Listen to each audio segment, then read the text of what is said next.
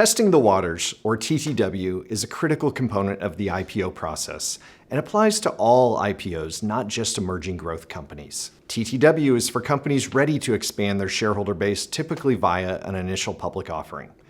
Regardless of industry or stage of growth, TTW can be utilized as an effective tool in support of a company's capital strategy.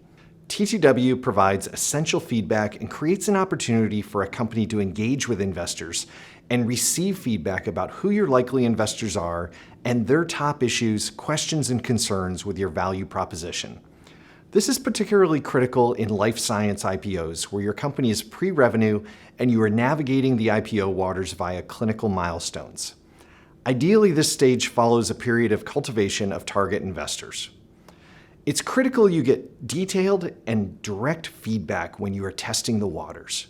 We recommend using an investment bank to assist the IPO team, as this tends to increase the perceived sincerity of the company. Importantly, this early phase of information gathering allows your deal to remain confidential and safely avoid SEC scrutiny, so that you can engage potential investors and stay out of the public eye until the market is ready, your story is ready, and the timing is right for your IPO launch. For my 4 IPOs, we started each offering with a strong idea of who the buyers were likely to be based upon our feedback from the TTW process. Starting an offering without knowing likely outcomes greatly increases the chances of disappointment in a company's valuation, future investor base, and/or judging the right timing for the offering.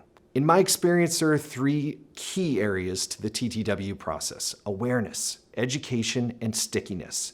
If you execute successfully on all 3 of these, your TTW will provide valuable insight into the perceived value of your company. Let's drill into each of these. Awareness.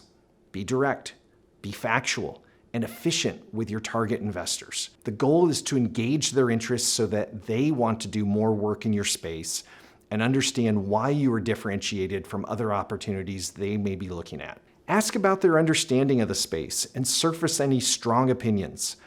Are they investing in competitors? Have they passed on the space in the past? If so, why? Give yourself time to react to this feedback. For example, you should wait several weeks before flipping from a confidential to a public filing. Also recognize that venture capitalists often work on a longer schedule than public investors. The best TTWs occur over 2 to 3 dozen meetings spread out over several weeks, allowing you time to develop a relationship and build credibility. Education is another critical aspect to the TTW process. Remember that your best time to sell is when you are not selling. But your goal at this stage is not to convince them, it's to educate them. Novel products always require more time for the investor to understand why you are relevant for them. And while investors love learning something new, they also like having time to react. A word to the wise: if you force their hand with a quick decision prior to giving them time to research, they will pass. Finally, you want your investors to be direct in their feedback to you. Their perception is your reality. The 3rd stage of TTW is stickiness. You want to paint a picture, tell them what you are going to do, build a track record, and then come back and remind them about your success.